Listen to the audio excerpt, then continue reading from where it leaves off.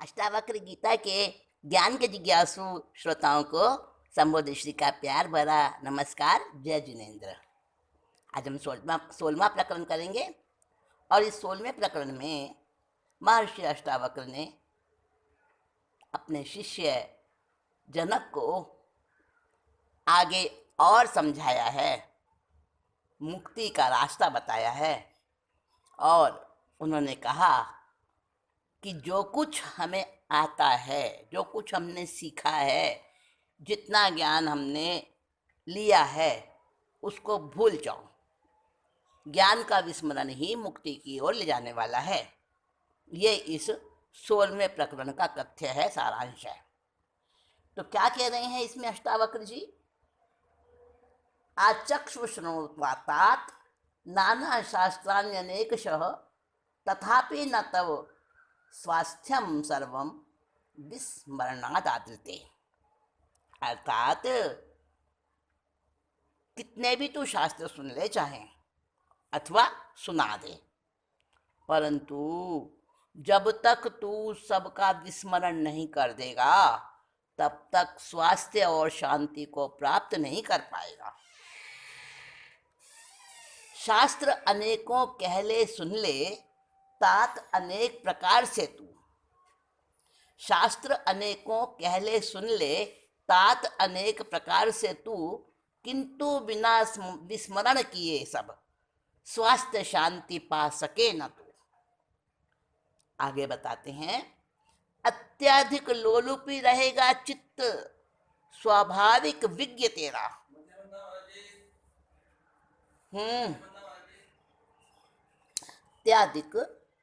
अत्याधिक लोलुपी रहेगा चित्त स्वाभाविक विज्ञ तेरा, चाहे साध तू भोग समाधि कर्म को आशय रहित हो जा।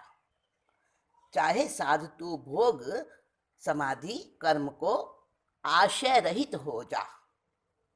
ये बड़ा गहन कथन है, इसको हम समझें। चाहे भोग ले समाधि को और कर्म को भी भोग ले, और चाहे साध ले, उसको बैलेंस कर ले, बिल्कुल हर चीज से निर्लिप्त हो जा, अलग हो जा।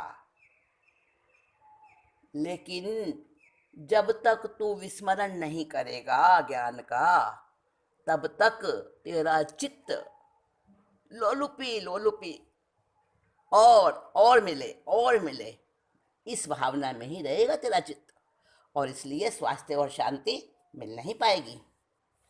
अत्यधिक लोलुपी रहेगा चित्त स्वाभाविक विज्ञ तेरा, चाहे साध तू भोग समाधि कर्म को आशय रहित हो जा। करने से प्रयास दुखी सब लोग। देखो, बहुत बहुत रहस्य की बात बता रहे हैं। दुखी क्यों है संसार के लोग? प्रयास करने से ही दुखी हैं, पर जानते नहीं है इस बात को। हाँ, यही तो कह रहे हैं अष्टावक्र जी कि आया साथ सकलो दुखी ही नैनम जानाति कश्चन अनन्यैवोपदेशेन धन्य है प्राप्नोति निवृत्तिम। जो इस बात को जान लेता है ना, वही भाग्यवान है। तो क्या कह रहे हैं? करने से प्रयास दुखी सब लोग, मगर ना जाने कोई। ली यह शिक्षा भाग्यवानों ने, लिया निर्वाण 84 खोई। जिसने ज्ञान प्राप्त कर लिया, शिक्षा ले ली कि प्रयास करने से ही दुखी हैं, सहज हो जाओ, अप्रयास हो जाओ, अनएफर्ट। सारी एफर्ट छोड़ दो, सारे प्रयास छोड़ दो। क्या आलसी बनने की शिक्षा दे रहे हैं? अकर्मण्य बनने की शिक्षा दे रहे हैं? नहीं नहीं नहीं, ऐसा मत समझ लेना, ये तो बहुत उल्टी सोच हो जाएगी आपकी। वो कह रहे हैं कि अपनी ओर से कोई तिकड़म ना चलाओ। ऐसा कर लेंगे तो सुखी हो जाएंगे, इस देव को मना लेंगे तो अच्छा हो जाएगा। ये हमारी तिकड़ा में है ना, तो फिर क्या कह रहे हैं? पुरुषार्थहीनों के बैठ जाओ। नहीं भाई, अभी भी आप नहीं समझ पा रहे हैं। कौन सा प्रयास छोड़ना है? जिसमें हमारा अहम जुड़ा है, हम कर रहे हैं, हमने ये किया, जिसमें ये भावना जुड़ी है, वो प्रयास छोड़ना है हमें। और वैसा प्रयास हम कर रहे हैं सब, इसीलिए दुखी हैं।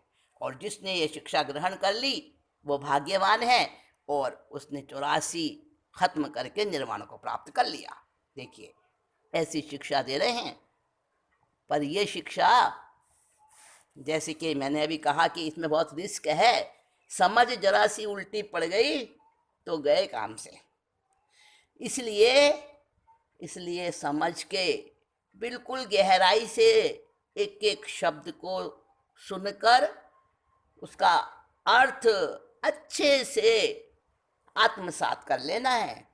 ये गीता का ज्ञान, अष्टावक्र गीता का ज्ञान बहुत गहन है और उतना ही रिस्की भी है। गलत समझ लिया तो फिर तो अर्थ का अनर्थ, और अनर्थ हो जाने से तो क्या बनेगा, हाँ आप जानते हो। आगे चौथे श्लोक में कह रहे हैं, आंख खोलने ढकने के व्यापार से ही जो थक जाता, इतना सा एफर्ट, आंख खोली या बंद करी, इतनी ही कोशिश से जिसको थकान आ जाती है, अन्य नहीं बस आलसी शिरोमणि को ही इससे सुख होता। देखो, ये कह रहे हैं कि आंख खोलना और बंद करना ये भी तो एक प्रयास है। और आलसी तो नहीं करना चाहता। आलसी तो कहता है, अरे मेरे सीने के ऊपर ये पड़ा है ना, बेर पड़ा है, अरे कोई मेरे मुंह में डाल दो। आलसी शिरोमणि, ऐसा नहीं बनना है। तो क्या करना, प्रयास भी नहीं करना, आलसी भी नहीं बनना।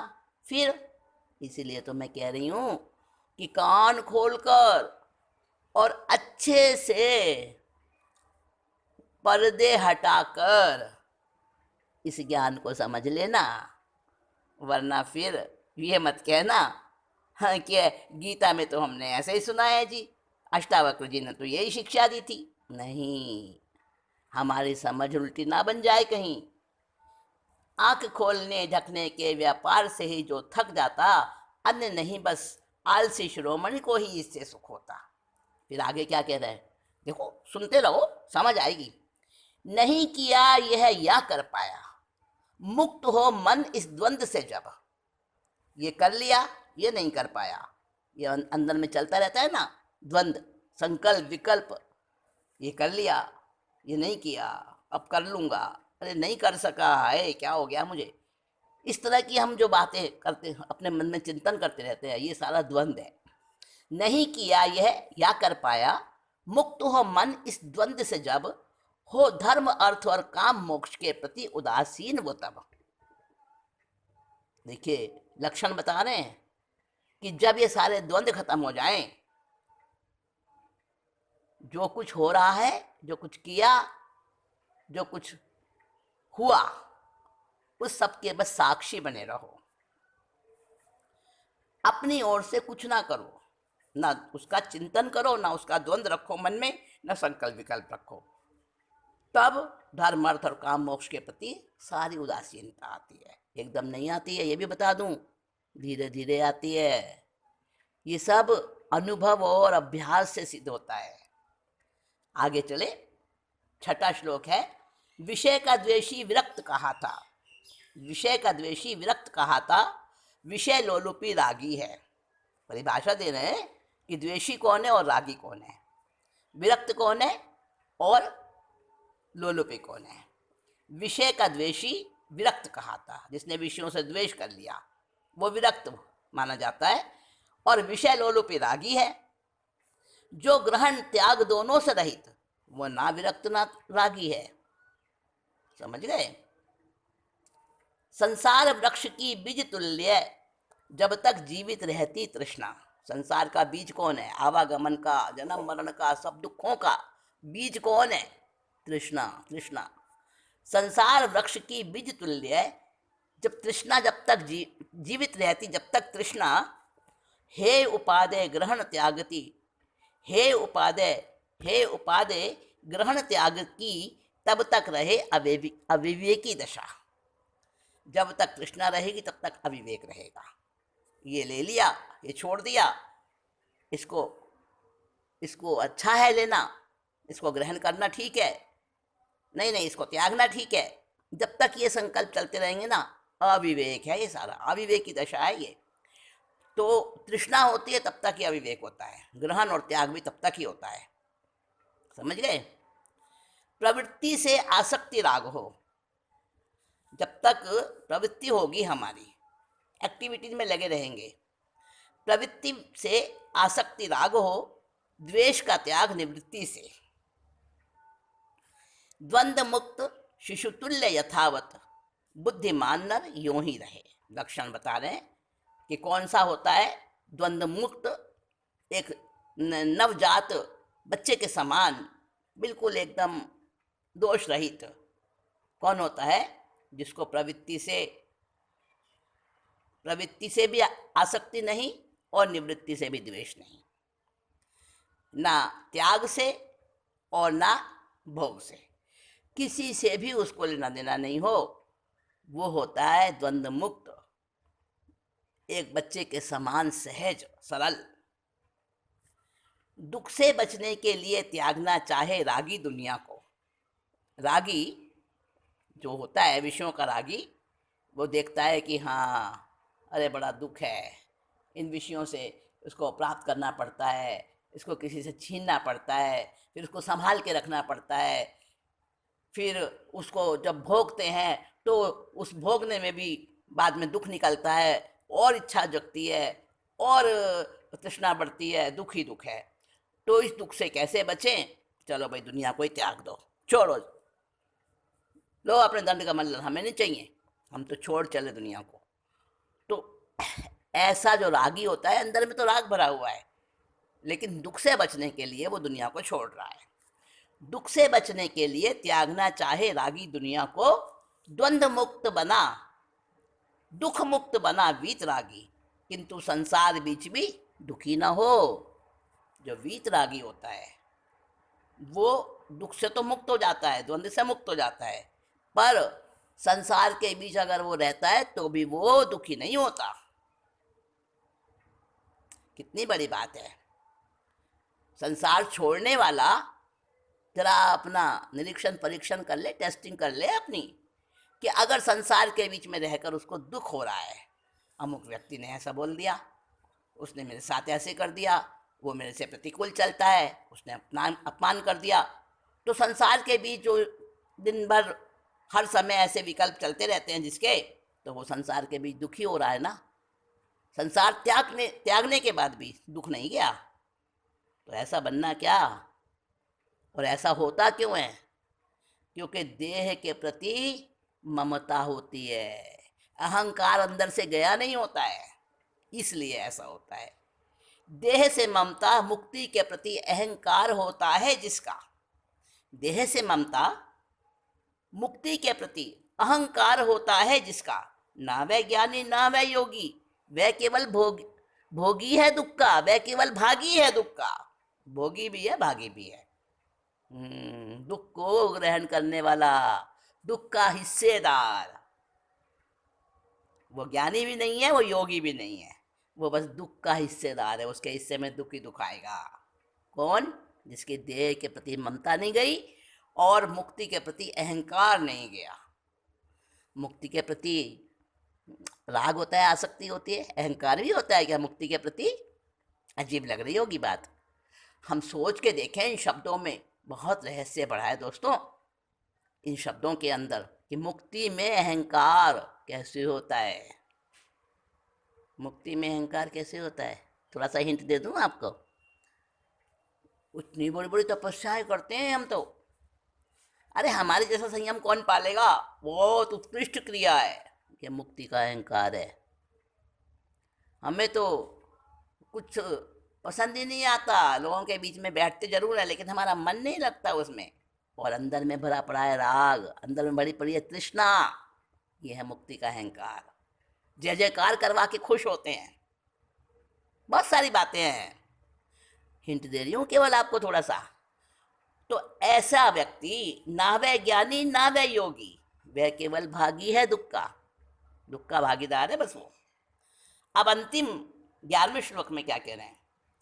ब्रह्मा या शिव विष्णु तेरे यदि उपास्य देव उपदेशक हैं, अगर तेरे को ब्रह्मा विष्णु शिव जैसे गुरु मिल जाएं, उपदेशक, उनका तू उपासक बन जाए, ब्रह्मा या शिव विष्णु तेरे यदि उपास्य देव उपदेशक हैं, फिर भी बिना विस्मरण इनके स्वास्थ्य न शांति होगी तुझे। देखो अंत में भी वही बात कह दी जो शुरुआत में कही थी। क्या कह दिया कि गुरु चाहे तेरे कितने भी सुयोग्य से सुयोग्य हों, बड़े से बड़े ज्ञानी हों, लेकिन अगर तू विस्मरण नहीं करेगा ज्ञान का, विस्मरण नहीं करेगा तप का, प्रवृत्ति का, तृष्णा का, तो न तुझे स्वास्थ्य होगा, अर्थात रोगी बना रहेगा, रोगी, तन का रोगी, मन का रोगी, आत्मा का रोगी। और रोगी को कभी शांति होती है क्या? अस्पताल को, आजकल तो अस्पताल ही नाम, हॉस्पिटल, यही रूढ़ हो गया है, सब इसी को बोलते हैं, लेकिन इसका नाम एक और भी है, आतुरालय। आतुरालय मतलब ये रोगी जो है ना, आतुर होता है, आतुर, व्याकुल, आतुर, जिसने जो बताया चलो भाई ये भी कर लो, चलो भाई वहाँ भी दिखा लो, तो तन का, मन का, आत्मा का जो रोगी बन जाएगा, फिर शांति होगी क्या? नहीं होगी ना। तो शांति प्राप्त करने के लिए उलझा नहीं रहे हैं, उपाय बता रहे हैं कि विस्मरण कर दे बस, बिल्कुल बच्चे की तरह से यथाजात हो जा। ऐसा उपदेश, ऐसा निश्चयकारी उपदेश ये हमको अष्टावक्र गीता में मिलता है, या फिर जैन फिलॉसफी में मिलता है। जैन फिलॉसफी में दोनों तरह के मिलते हैं, व्यवहार रूप भी मिलता है और निश्चय रूप भी मिलता है, लेकिन अष्टावक्र गीता में तो केवल मक्खन ने निकाल के दिया है, अंतिम तो निश्चय ही है। मुक्ति मिलेगी, समाधि मिलेगी, शांति मिलेगी जब हम निश्चय में उतरेंगे। जब तक व्यवहार में उलझे रहेंगे तब तक कुछ नहीं पा सकेंगे।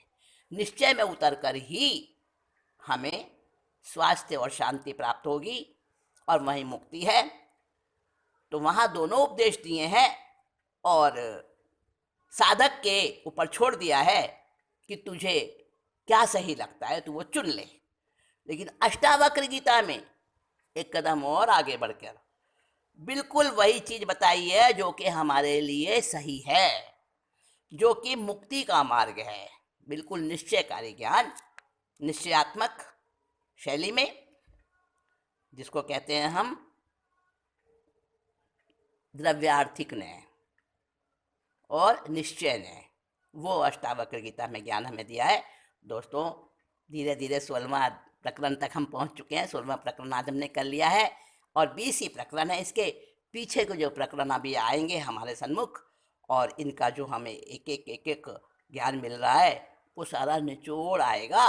इसलिए आप बहुत स्वस्थ होकर, सावधान होकर सुनेंगे तो आपको बहुत लाभ होगा। ये मेरी आपको एक छोटी सी विनम्र सलाह है। तो दोस्तों जैसे आप रुचिपूर्वक सुन रहे हैं वैसे ही जुड़े रहें।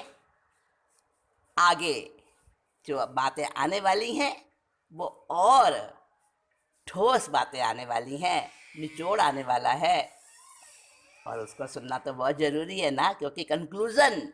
हाँ, तो आगे के प्रकरण हम समय अनुसार सुनेंगे।